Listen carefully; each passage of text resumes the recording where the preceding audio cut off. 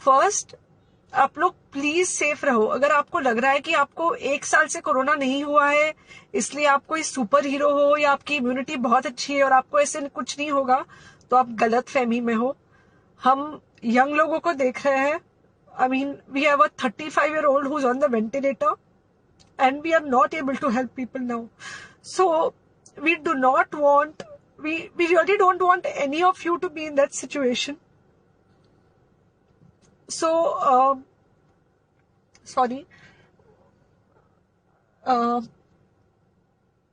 I think ये जो emotional breakdown है हम डॉक्टर्स में अब सबको कोई ना कोई समय हो रहा है because we have not been so helpless. Okay, so most importantly please take care of your self. Right now Covid is everywhere around you. Okay, तो अगर आप घर से बाहर निकलो, maybe you're meeting your friends, maybe you're meeting your family, it does not matter, you have to be masked. Okay, just because आपको अभी 1 साल से कोरोना नहीं हुआ है या आपको पिछले साल कोरोना होकर जा चुका है, इसका मतलब ये नहीं है कि आपको वापस कोरोना नहीं हो सकता. You can still get Covid. तो please keep yourself very well masked at all times. अगर आप घर से बाहर निकल रहे हो तो घर के बाहर निकलो, मास्क होना चाहिए. मास्क सिर्फ इधर नहीं, मास्क पूरा नाक से पूरा यहां तक होना चाहिए. दूसरी बात, अगर आपको कुछ होता है, अगर आपको बुखार आता है या कुछ होता है, पैनिक मत होइए. Do not get unneeded investigations done. Get in touch with me obviously immediately. And most importantly, आपके जो फ्रेंड्स है या कोई भी है उनको बोलो पैनिक में होकर एडमिट ना हुए हॉस्पिटल में. फिलहाल जो सिचुएशन है वो ऐसी है कि बहुत सारे हॉस्पिटल्स में स्टेबल पेशेंट्स एडमिट हो रहे हैं और बहुत सारे लोग जिनको एक्चुअली ऑक्सीजन की जरूरत है उनके लिए हमारे पास बेड नहीं है. इनफैक्ट हम लोग घर में लोगों को ऑक्सीजन देके मैनेज करने की कोशिश कर रहे हैं और ये हमने पहले कभी नहीं किया है कि हम इतने सारे लोगों के लिए बेड्स ढूंढ रहे हैं, इतने सारे लोगों को घर में, for people who actually need it, who have pneumonia, who need oxygen, and who will need to be under very close medical care.